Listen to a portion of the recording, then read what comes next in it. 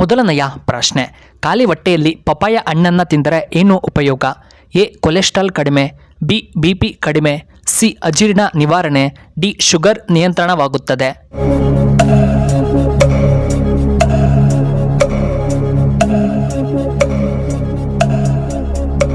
ಇದಕ್ಕೆ ಸರಿಯಾದ ಉತ್ತರ ಆಪ್ಷನ್ ಎ. ಕೊಲೆಸ್ಟ್ರಾಲ್ ಕಡಿಮೆ. ಇನ್ನು ಎರಡನೆಯ ಪ್ರಶ್ನೆ, ಕರ್ನಾಟಕದಲ್ಲಿ ಎಲ್ಲೂ ನವಿಲುಗಳು ಹೆಚ್ಚಾಗಿ ಕಂಡುಬರುತ್ತವೆ?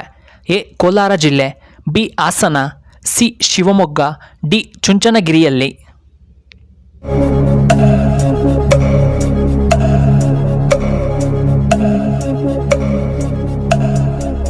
ಇದಕ್ಕೆ ಸರಿಯಾದ ಉತ್ತರ option D. ಚುಂಚನಗಿರಿಯಲ್ಲಿ.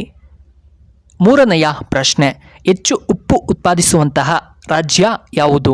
A. Karnataka, B. Gujarat, C. Bihar, D. Kerala.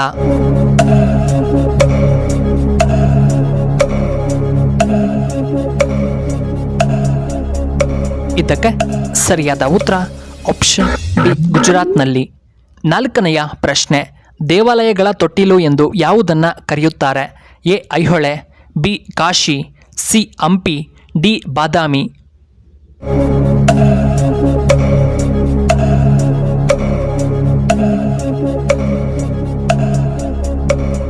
ಇದಕ್ಕೆ ಸರಿಯಾದ ಉತ್ತರ ಆಪ್ಷನ್ ಎ.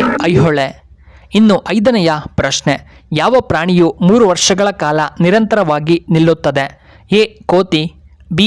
ಕಾಂಗರೋ, ಸಿ. ಕುದುರೆ, ಡಿ. ಪೆಂಗ್ವಿನ್.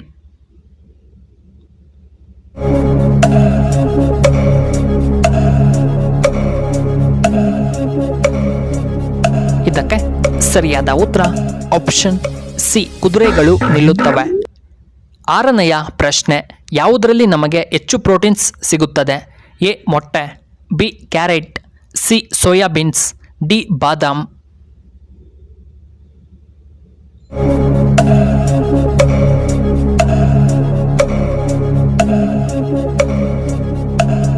ಇದಕ್ಕೆ ಸರಿಯಾದ ಉತ್ತರ ಆಪ್ಷನ್ ಸಿ. ಸೋಯಾಬೀನ್ನಲ್ಲಿ ಹೆಚ್ಚು ಪ್ರೋಟೀನ್ಸ್ ಸಿಗುತ್ತವೆ.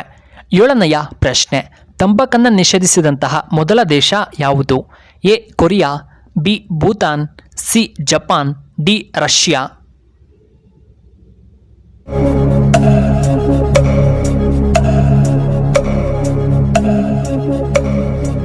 ಇದಕ್ಕೆ ಸರಿಯಾದ ಉತ್ತರ ಆಪ್ಷನ್ ಬಿ. ಭೂತಾನ್. ಇನ್ನು ಎಂಟನೆಯ ಪ್ರಶ್ನೆ, ನೆನಪಿನ ಶಕ್ತಿ ಹೆಚ್ಚಾಗಲು ಏನನ್ನ ನಾವು ಸೇವನೆ ಮಾಡಬೇಕು? ಎ. ಜೇನುತುಪ್ಪ, ಬಿ. Apple, C. ಹಾಲು, ಡಿ. ಕಾಫಿಯನ್ನ ಸೇವನೆ ಮಾಡಬೇಕು.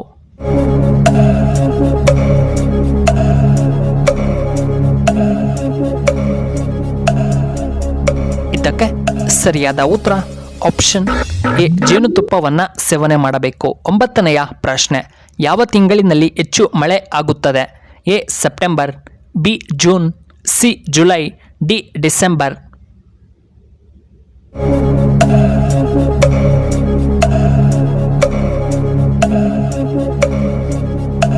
ಇದಕ್ಕೆ ಸರಿಯಾದ ಉತ್ತರ ಆಪ್ಷನ್ ಬಿ. ಜೂನ್ ತಿಂಗಳಿನಲ್ಲಿ.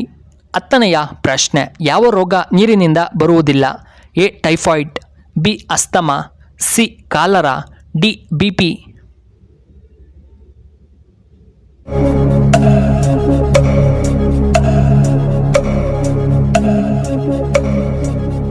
ಇದಕ್ಕೆ ಸರಿಯಾದ ಉತ್ತರ ಆಪ್ಷನ್ ಬಿ ಮತ್ತು ಆಪ್ಷನ್ ಡಿ. ಅಸ್ತಮಾ ಮತ್ತು BP.